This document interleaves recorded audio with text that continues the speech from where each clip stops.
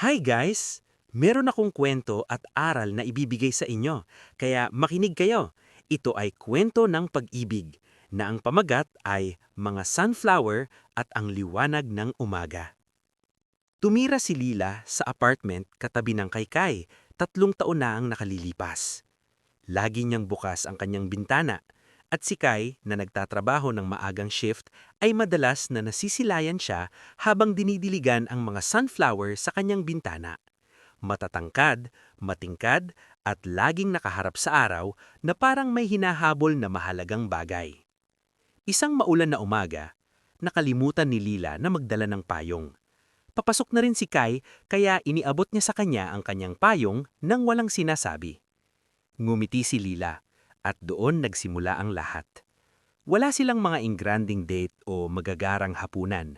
Sa halip, nag-iiwan si Kai ng isang sunflower sa hawakan ng pinto ni Lila kapag may malaki siyang araw sa trabaho.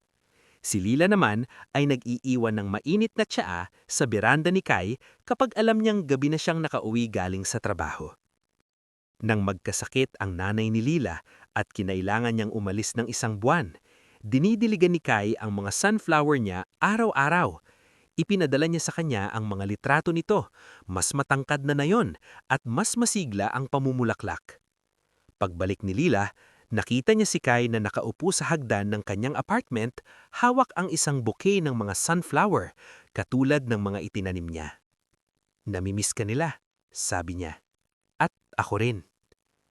Kinasal sila sa ilalim ng langit na puno ng mga sunflower noong tag-init na iyon. Aral: hindi laging tungkol sa mga engrandeng kilos o malalaking sandali ang pag-ibig. Nasa maliliit at patuloy na pagpapakita ng pagmamahal ito. Ang payong na ipinahiram sa ulan, ang bulaklak na iniwan sa pinto, ang tahimik na pangako na nandyan ka kahit na mahirap ang buhay. Ang mga maliliit na bagay na ito ang nag-uugnay ng dalawang buhay at ginagawang parang tahanan ang pakiramdam ng pag-ibig.